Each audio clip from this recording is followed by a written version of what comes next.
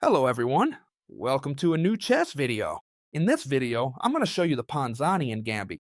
You've asked for it a lot, and it makes perfect sense, because it's a spectacular gambit, very simple to play, very attractive, with some brilliant attacking plans. So without further ado, let's get into it. We start like a game with a Spanish opening, an Italian opening, or a Scotch. All of these openings always start the same way. Double king's pawn, and we threaten their pawn with the knight to f3. How's this pawn defended? Well, with the most popular move in chess. The good thing about this Ponziani gambit is that most games start the same way. Therefore, you'll be able to use it in the vast majority of your games. And here, the move that sets the Ponziani gambit apart from all the others is this one right here, c3. A move that's apparently very quiet and doesn't threaten anything, but it's a tremendously interesting move. The first thing it allows us to do is support the center with a lot of strength. In other words, what we want is to support d4 and occupy the whole center so it's ours, and so our pieces, and especially our bishops, can come out with a lot of freedom. Very well. What is the most common move here for the black pieces? Bishop c5 doesn't seem like a very good move, because we could directly threaten it with the pawn to d4. Here, the most used move, without a doubt, is knight f6. And do you know why? Because it's very easy. They develop a knight, which is what you should do in the opening, plus it's the kingside knight. And not only that, but it also threatens a pawn that's very hard for us to defend right now, because if we play d3, we block our bishop, right? Now, we can't play c3 because we've blocked it with our pawn. So how do we defend this pawn? Well, the idea of this Ponziani gambit is to play d4 directly. You gotta love it. It's incredible. Very well, that's true. We're leaving the e4 pawn hanging, but it's not that easy to capture, because if it is, we could recapture this pawn here, since it's being attacked by two pieces. So here, when we play d4, if the black pieces want to win a pawn, they only have one way to do it. How? First, by exchanging these pawns, which is the right move, and after we capture, then they have indeed won a pawn. But of course, chess teacher, are we gonna make it that easy for our opponent? Well, no, we're not gonna make it that easy for him. The idea is that when they capture this pawn, which yes, is the right move, okay? We're not going to recapture. Remember this. We want to advance first, threatening this knight on f6, which right now is going to be cannon fodder. We're going to attack it. Very well. Where can this knight go? Many of you will be tempted to come here with the knight. Right now, this knight is attacking this e4 pawn. The other one too. Both of them are attacking this pawn. This would be a very bad move because we would simply recapture the d pawn. We're left with a very strong center, and this knight is now in a terrible spot. It can never retreat. We're going to force it forward with this pawn, and when it goes for these side squares, we'd simply eliminate it with the bishop. So we'd double the king side pawns and all that. That's why here, after the move e5, the knight has to come toward the center. Much better than going toward the side. And we're going to follow up now with an opening move that develops a piece and also maintains the initiative because we're threatening this knight. All right, if we wonder where that knight could go, first, it can't be defended by any piece because the bishop can't come to defend it. So this knight has to move. All right, once we reach that conclusion, let's see where this knight can go. E7 looks very sad because the bishop can't get out. The best one, without a doubt, seems to be b6. It puts the knight in a good position and also threatens our bishop. And here, friends, I bring you two options in case you woke up a bit more aggressive or a bit more passive that day, or if you're in the mood for a fight or not. I bring you two options. A brutal one with bishop takes f7, directly threatening the bishop, sacrificing the bishop, which I'll show you now and you're gonna love it. And another option, which is bishop b3, which I'll also explain in case you're not in the mood for fireworks that day. Bishop takes f7 is probably my favorite move, although I have to admit that I often play bishop b3 as well. You'll see why. What's the idea behind bishop takes f7? Why are we sacrificing the bishop? Well, the big idea is that now we can jump in with the knight and we're forcing the king to make a choice. I've noticed in the database that half of the people put the king here. This is already checkmate, friends. This is already checkmate, and half of the people put it here. The good move is this one here, and now we'll see how to continue. But if they go to g8, which I've seen on more than one occasion, queen b3 is checkmate. The king can't escape. They can only put pieces in between.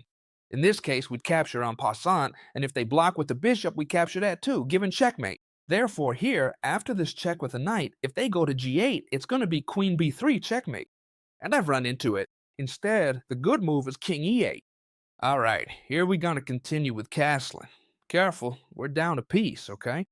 You have to be aware, I mean, if you choose to play this variation of bishop takes, f7, sacrificing a bishop, you must be aware that you're down a piece. It's not easy, right? Mind you, we compensate for it with a great attack. This knight here is not easy at all to kick out. You'll see that they can never play a 6, sorry, h6, because they would lose the game immediately. I'll explain it to you now, okay? If they try to kick it out with bishop e7, which is a perfectly normal developing move, they develop the bishop, lining it up with their queen to threaten our knight. You can simply play this move right here, h4, so that if they decide to take the knight now, we would replace it with the bishop. And watch out, because this queen would be in a very bad spot. The knight would have to retreat, and this position would be quite difficult for black, right? Very well. Here, if at any point they decide, for example, to capture this knight, watch out because they're getting into trouble. We bring in the rook, we pin the knight. If they decide to capture here, they're helping us bring another piece to the board and open lines for the queen. Therefore, I wouldn't even consider these moves practically. So if they make this move, remember, it's like this. Sorry about that. If they do this, you defend with the pawn. But just teacher, you just told me that if they play h6, they've already lost the game. Correct. They can never play h6, sorry, because we would simply enter with the queen and it would be mate. The king would have to move and we would enter with the queen and it would be mate. And why is this mate if they play h6? Because if this pawn were here, they could simply defend against the mate.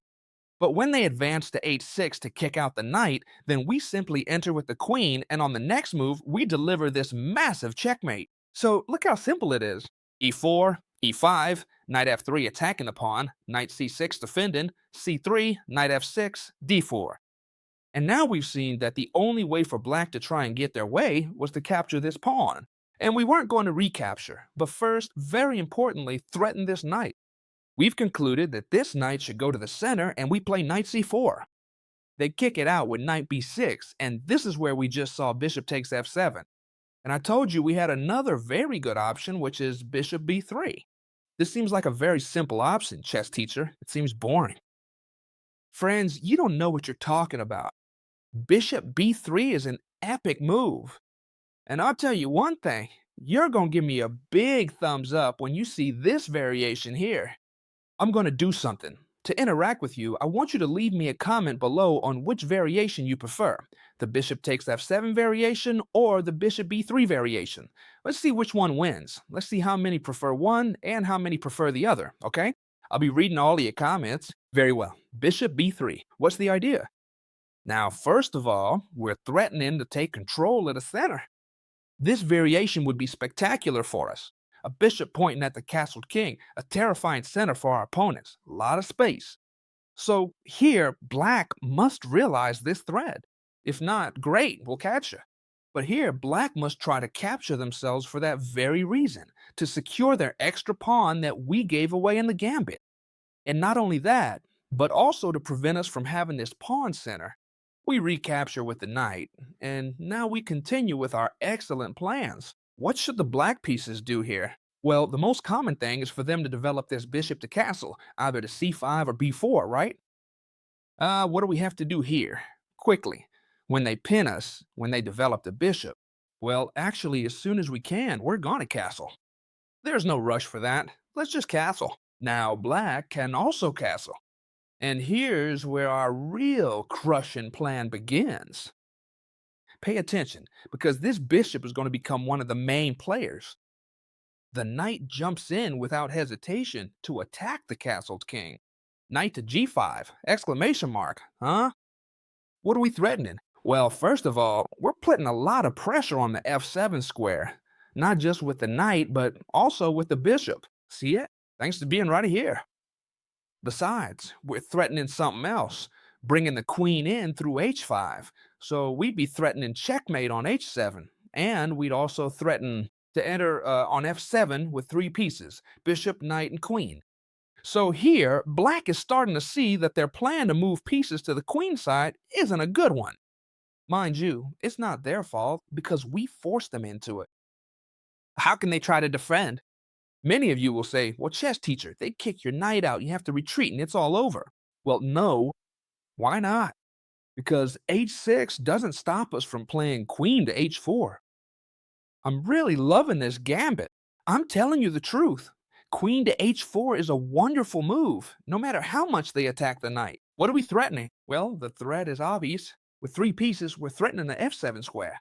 In other words, if they don't take the knight, we'll simply take right here. But what happens if they take the knight? How should we continue, chess teacher? Because we're down a knight. Well, now, one idea could be to take this pawn with the bishop, threatening the queen. That wouldn't be a bad idea, huh? But there's a much better move. And it's a hidden move because it looks like a very quiet move, but it's actually a killer. You took my knight, so here I go with the other one.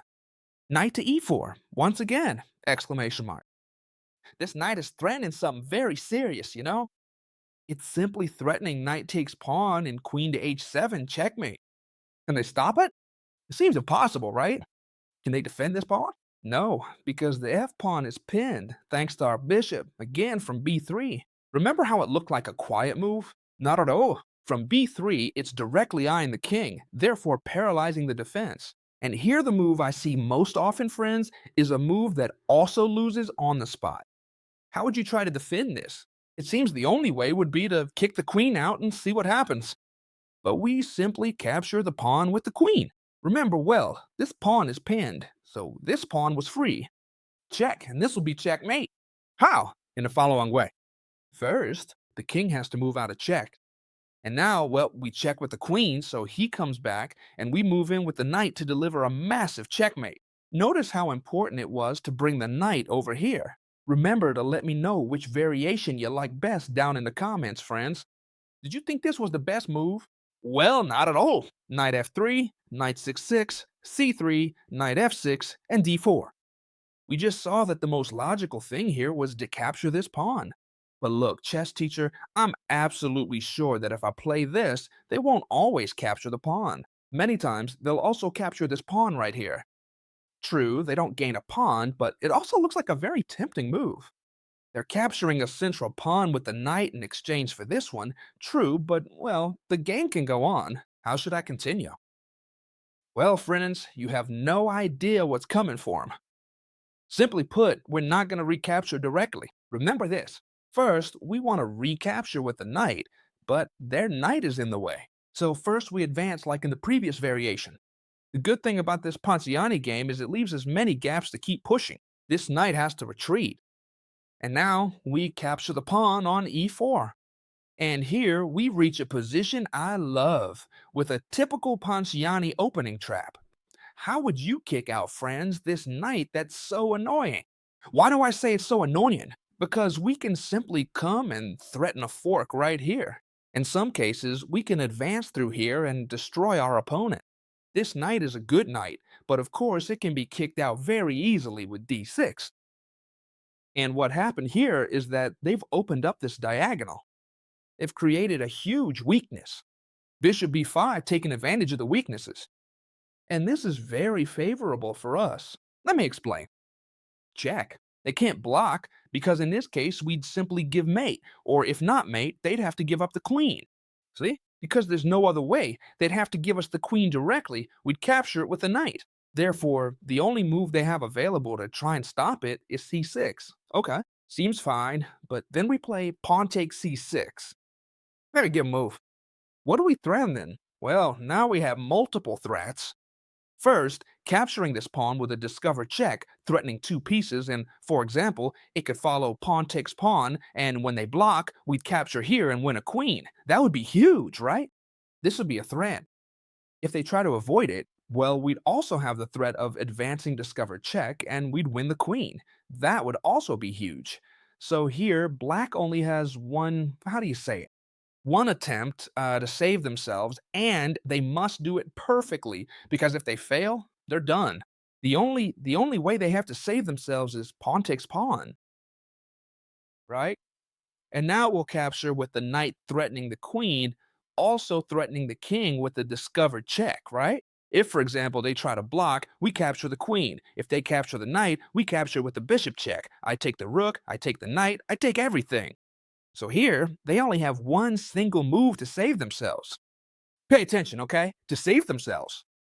Simply to keep the game even. And it would be very rare for your opponents to find all the perfect moves, right?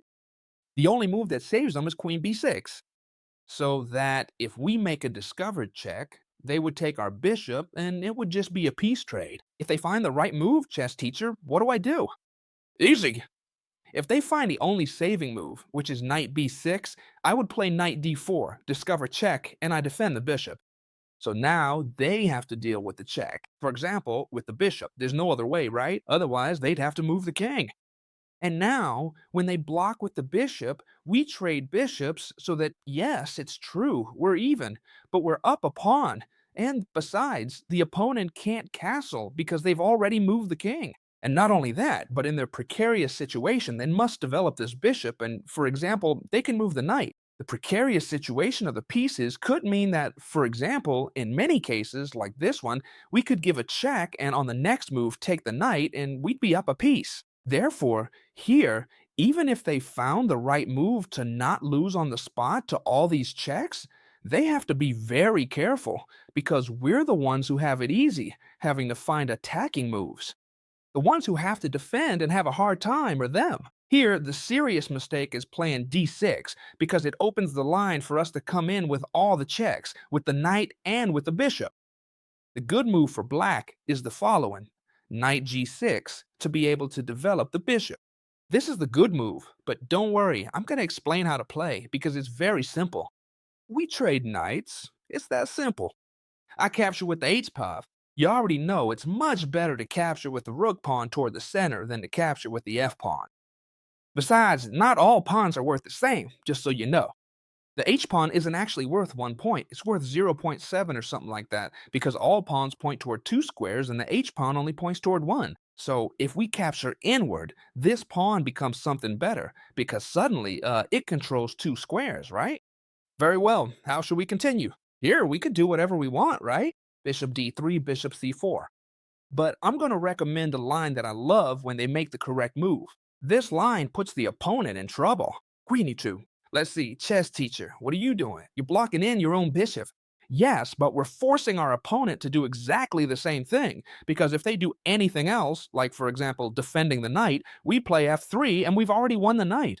When you have a pin, you just have to attack the pinned piece with a pawn and you'll manage to win it. So the only way to get out of the pin and defend is queen e7. There's no other way. And here we're going to play bishop e3. Simple as that. So that black has a very difficult time playing. At some point, they might make a mistake. It's true, it's a very even game, but I definitely prefer the position of the white pieces. Now, a very common mistake I see is, for example, playing queen to d7 now that the pin no longer exists. Sorry, queen to d6 so that they can develop the bishop. But honestly, the pin does still exist. We could play, for example, f3, winning the knight. Why do I say winning the knight, chess teacher, if it can escape? Well, no, this knight couldn't move because then there'd be a discovered check. Bishop to c5, check, and I'm going to take the queen. No matter how much they cover with the queen, this queen can still be captured. Let's see, chess teacher, after the move c3, you already told me that bishop to c5 isn't the best move of all. But what happens? That many times, you who watch the videos might have 1600 elo, or even less. That's okay. That means we find in many games that they don't make the correct reaction. Bishop to c5 isn't a good idea because it lets us play d4 directly. But I'm going to give you a move here that you're going to love. Knight takes e5. It's a super good and very typical reaction. We give away the knight. Why? Because now with the move d4, we'll win back a piece. They have two options here. The first natural reaction, which is bishop takes pawn. Since they're losing a piece, well, at least they get a pawn for it, right? So we're even in material again, but here we'd be left with a strong pawn center, the bishops come out beautifully, bishop pair, a position that's undoubtedly much better for white. So here, what's the typical reaction here when this fork exists? Bishop to d6, that's almost always the correct reaction, so that when we capture, the bishop is placed in a tremendous possession, blocking position, and that way we haven't given up the bishop. We've given up the knight, we still have the bishop pair. Well, in this precise situation, it doesn't work. And it doesn't work because of the move f4, which allows us to have a super comfortable game. That is, if the bishop comes here, it's basically already lost, right? Because we have a massive, brutal diagonal here. If it goes to d6, which is the good reaction, then we have an extremely strong position as well. I recommend the move bishop to e3, and I'll explain why. First, to prevent this bishop from becoming active. As you can see, this diagonal's useless to it. This one too. The only one it has is this diagonal right here. Therefore, if we play bishop to e3, we've just completely killed the bishop. Typical mistakes I see, knight to e7. They've already lost the bishop, it has no squares. Another mistake I see, developing the knight via f6. We'd have a fork again, and we'd win a piece. So it seems they have it quite difficult here, right? They can't develop this bishop either, because then they'd have to move this other bishop from d6 first. They can't develop the bishop, the knight. They can't develop the bishop. They have to play b7 to come here. This is the most typical, and I usually find myself in th with this continuation. Let me explain. Bishop c4, bishop b7, castle.